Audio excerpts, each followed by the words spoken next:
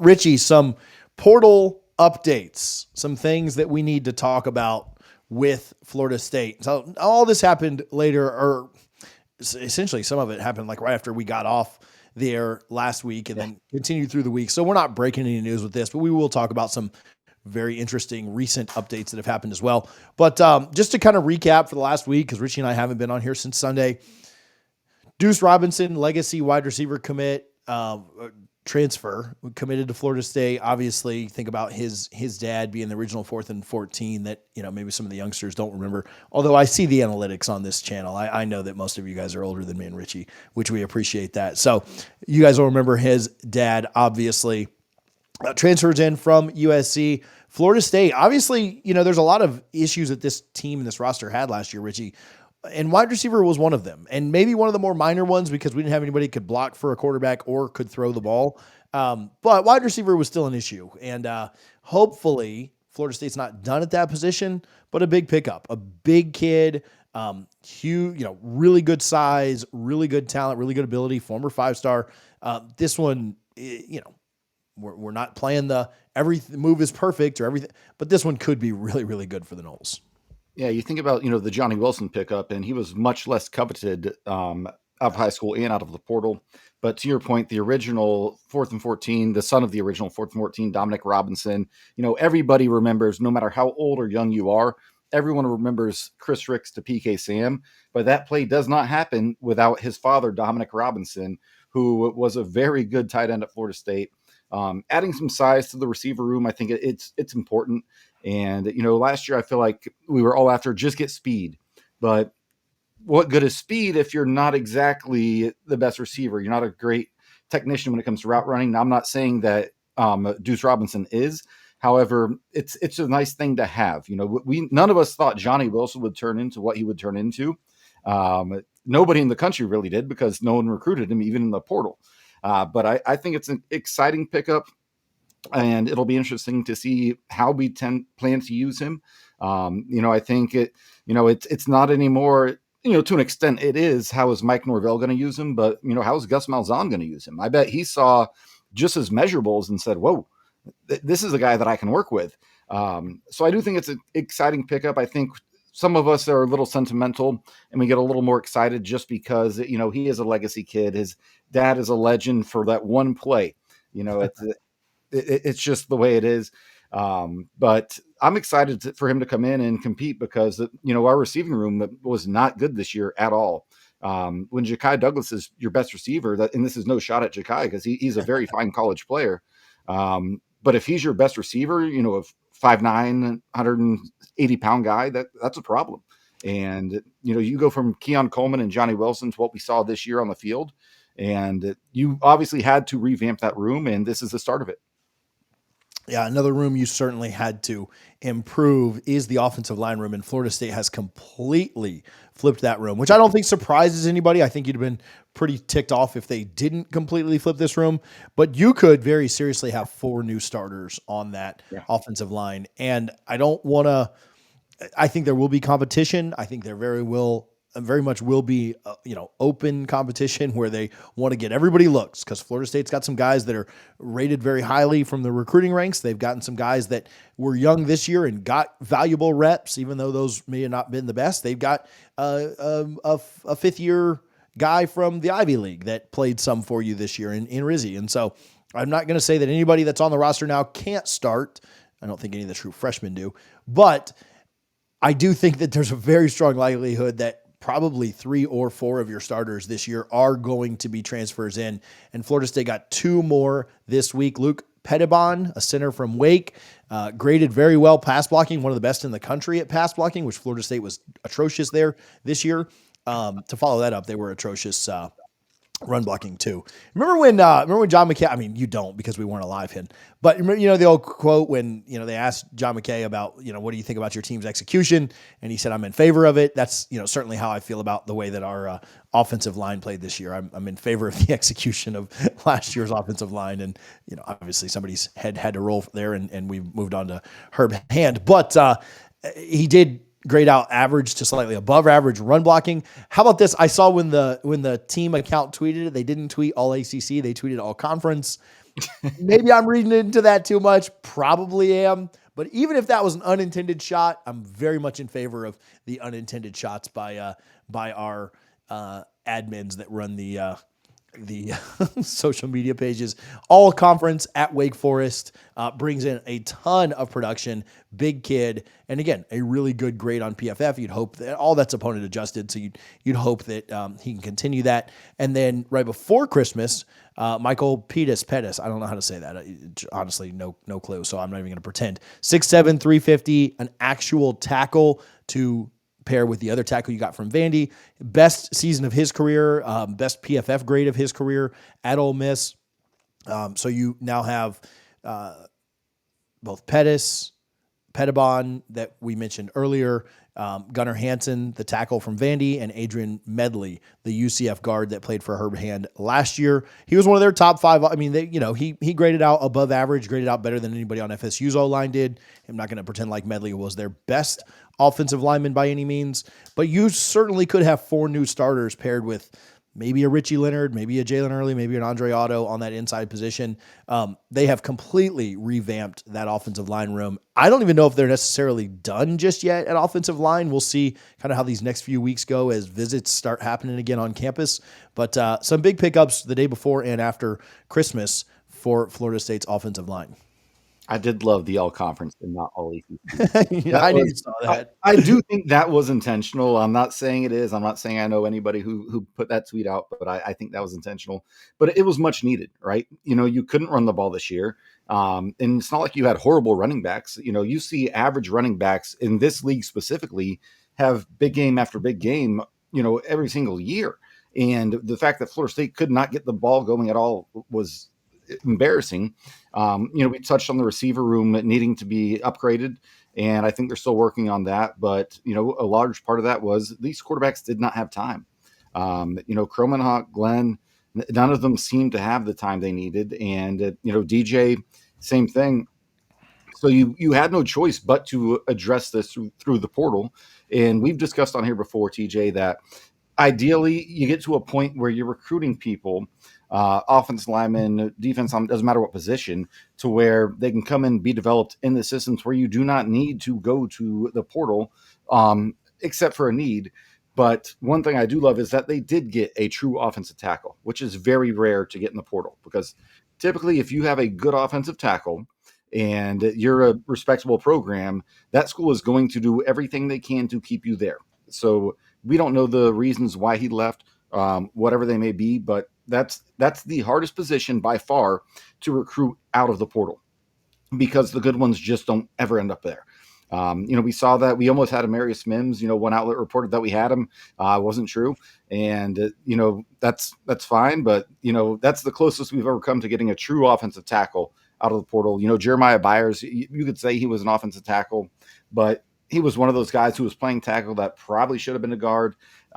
So I think, revamping this whole offensive line room was extremely important. And I think, Herb Hand deserves a lot of credit for, immediately hitting the ground running and going out and finding these guys. And, Norvell, to his point, or to his credit a little bit, also deserves some of that, because, he's ultimately the guy who has to close these. And, it's a promising start.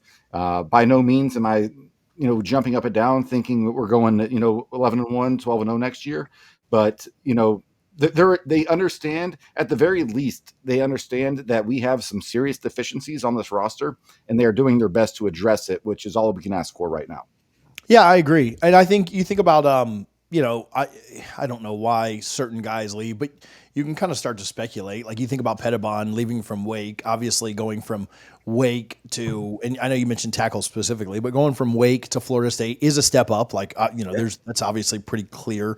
And his coach left, he didn't enter the portal. So, he entered the portal after his coach left and came over to Florida State. And that makes a lot of sense, right? You're at a program that's not great, and you're also not having your head coach there that recruited you, and you had a great year. And I'm sure Florida State, rewarded him handsomely for coming to play for the Seminoles. And so I do think that's a big pickup. The tackles that left. I mean, I know you're in the SEC if you're Hanson, but still going to Florida State's a pretty big upgrade. And then leaving Ole Miss, there were some internal things that the Ole Miss folks have said.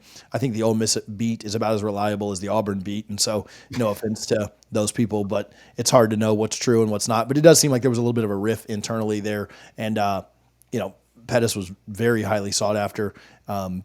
Really good offensive tackle grades and tackles. Like you said, 350 pounds, 6'7" tackles are pretty hard to find in the portal. And so, yeah, credit to Florida State for going out there and kind of lighting that up. You also have, we talked about some of the young talent, some of the talent that hasn't really seen the field. Jonathan Daniels, Lucas Simmons, Manessa ITT.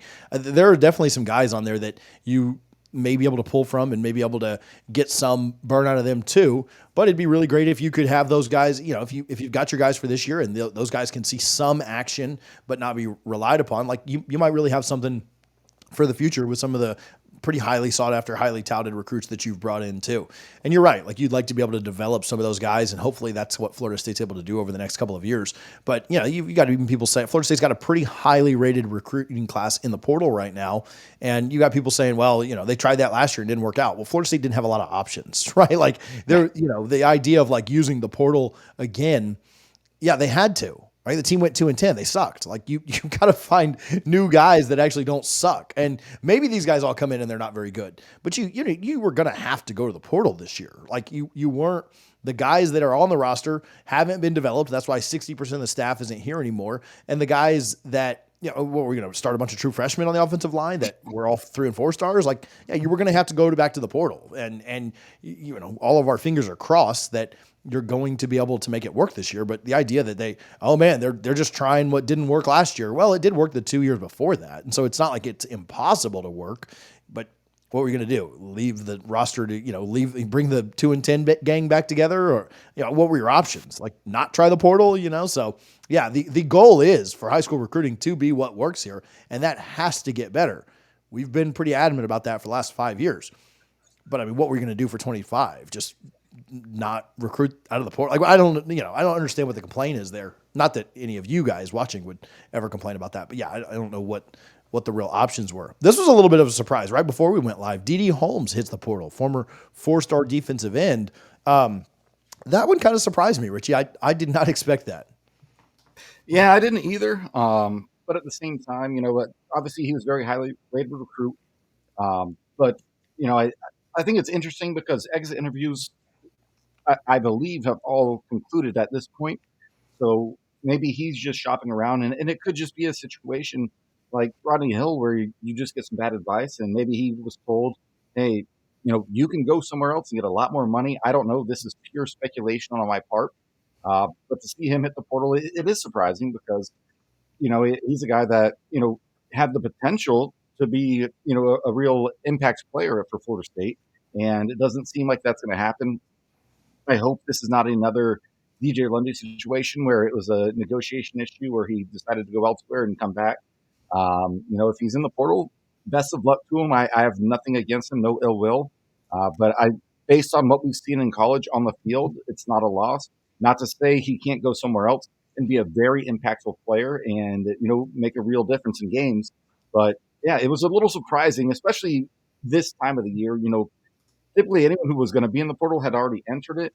We're still seeing some staggering, people enter the portal, but seeing this one was odd, but I didn't feel great or terrible about it either way. From what I understand, he's not a bad kid, does everything he needs to do, and it has not produced. But again, true freshman, so we'll see. But again, best of luck to him. But again, this is a new era of college football we're in, TJ. It kind of sucks because I remember, this is going to be old man Richie here. To be fair, it's always old man Richie. In the late 90s, the early 2000s, where, you would hear about a freshman, they'd be, doing great things. And then you hear about a sophomore, you see them a little bit. And by the time they're a junior, now they're, one of your star players. Those days are long gone for the most part.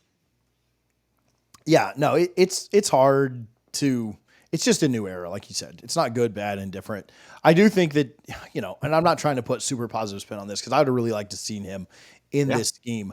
I think there are a couple of things that immediately come to mind. Florida State got in on him pretty late in the cycle last year, and he kind of felt like, I don't mean this super negatively. I'm not trying to, but he felt kind of like hey, let's go get this kid late because we're missing on LJ McCray. We're missing on all these other guys that we target. He kind of seemed like a little bit of a backup plan. Not that he couldn't be great or that he won't be great at his next stop or that he doesn't end up in an SEC program that's phenomenal. We'll see if he ends up going and where he ends up landing. But I do think that sometimes when you take guys very late in the cycle, like Florida State did this year too at defensive end, you don't have that. When you're a backup plan, guys know they're, like the quarterback we took this year. Well, we recruited other guys the entire cycle, and then we missed on Trammell, and we missed on the kid that went to Wisconsin, and then we took Sperry. Like I don't know what's ultimately going to happen with Sperry, but would it surprise you if he was gone after a year or two? No, absolutely not. And so I think that is something that comes to my mind. I also think about how you brought in 2 4-stars this year, guys who, in my estimation, might be a little bit more field ready than Holmes, even after a year in the system. And so maybe you over recruited that position. Maybe it's best for him to move on too. We'll see where he ends up. But again, that's not like super, super like, oh, everything's roses and everything's positive that he went in the portal. I would have liked to seen him in this system, but I think there may be some explanations as to why that happened. Another side of that is you're recruiting a guy from Tennessee in Jason Jenkins on that defensive line very heavily. And you got a visit set up with him this week. And again, maybe Florida State feels really good there. And it's kind of letting Didi know, like, hey, man, like, maybe you'll find more playing time elsewhere, right? I don't know that for fact. I don't know that that's the case, but it does feel like Florida State is trying to upgrade that defensive line as they are the offensive line, which needs a ton of help. I spoke with somebody kind of close to Tennessee, told me that they thought he was a pretty solid player, that Jason Jenkins, who has a visit later this week, stuck behind some of their absolute beasts in Pierce and Josephs, deserves some real playing time, but that position group is just loaded at Tennessee right now and could be really good, but potential is kind of all that you're seeing there out of Jenkins so far. So I do think there are some reasons why maybe he moved on, but he's probably not going to come out and tell you any of that. But I think if you kind of read the writing between the lines, it maybe makes sense. On Jenkins real quick, and then I'll shut up and let you have a take. Texas Tech, NC State, UNC also involved there. This would be one that I would really like to see Florida State shut it down after the first visit. He's got other visits lined up. He's got other schools interested. I'd like to go that Texas A&M route that they seem to do so often. They get that first visit, and then there are no more visits. I'd really like to see Florida State put the clamps down on here. If they're really sold on Jenkins, if they're really sold on him on defensive line, I'd like to see them just shut it down. Say, look, don't take other visits. Get enrolled, get on campus, let's roll. Yeah, and it's one of those things you hope it's obviously this is the ideal situation. You hope he's like a Jermaine Johnson type player where, he is a true impact player, elite, just stuck behind other elite talent, which is why he's looking to leave. And, we've talked about this before, but it's funny how recruiting the portal in the high school is so much different. In high school, you always want to be the last official visit. Like you want to be the 5th official. In the portal, you want to be the first, so you can just shut it down right away, just blow him away. Hopefully you get him on the right weekend where you have some things going on. You get the whole team around. But yeah, Jenkins would be a phenomenal addition. I think he's an instant starter at Florida State if they were to pick him up. But getting that first official out of the portal is so, so important because if they take a second official, I think your odds of landing that player go drastically down. And I would hate to see that. So I would love to hear about a commitment. But at the same time, it just for the fans following it, if you don't follow recruiting heavily, high school, you want to be the last visit. Transfer portal, you definitely want to be the first, and there's no doubt about that. Get them with the battles in, get them with Coach Norvell, get them with everyone they need to be with, and explain to them why. It's a sales job, right? College football recruiting is so hard because you have to be a tactician. You have to be good on game day. You have to be a salesman. You have to do all this stuff. So this is a good test for the new staff, I think, getting him in first. Yeah. Some other chatter around. I see it in the comments. Rashul Faison, Utah State running back with a ton of production. Caleb Lavelle or Lavelli. I don't know. There's two E's on the end of that. And I'm not going to pretend to know how to pronounce every kid's name out of the portal because there's 4 billion of them. A 6'1", 225 linebacker from UNC.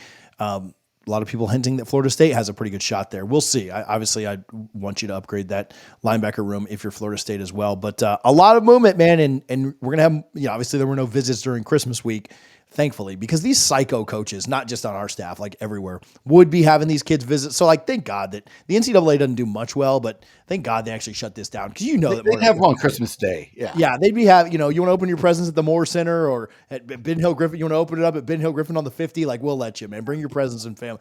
So thank God the NCAA limits that at least a little bit. But yeah, a lot going on in the portal, a lot to look at, a lot of fun this next week as we'll continue to cover all of it. It wouldn't surprise me if Florida State got a commitment or 2 or 3 this week. We'll see.